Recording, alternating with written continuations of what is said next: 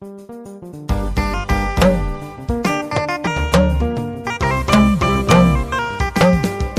cikin amarya,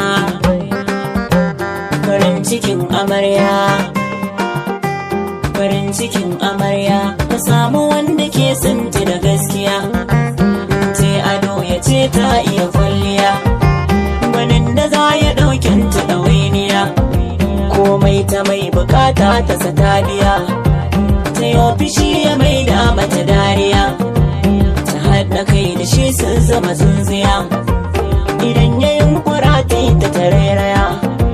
domin biyan bukatar ta ta duniya, ta duba zahirin shekar kurciya, har lahirar ta ma za ta ci moriya. Dukan halinta ya zama mai juriya, a duk ka tashinta da safiya, farin ciki ya saba ta ci nojiya, cikin gidansa ko ba shi da dukiya, ya zama kawarta in za su yi tafiya, gurin biki da makonnin dubiya,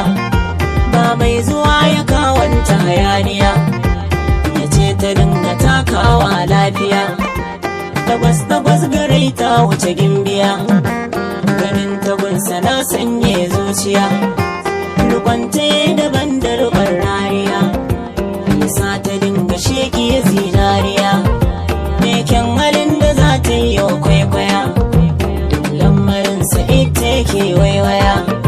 girkinta ya suka yi santin miya, a gare ta ma ya dinga faɗin gaskiya, ya zama garkuwa mai mata kariya, za ya ba ta kyauta bai fariya, ya daga daraja ta ta lahiya,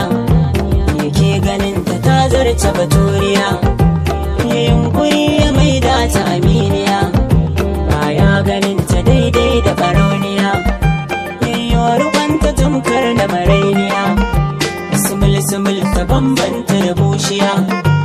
idan ya ganta ya yi shauƙin tushiya, ya madda tambari na saman mujiya, ya ce cikin sama ita ce zariya.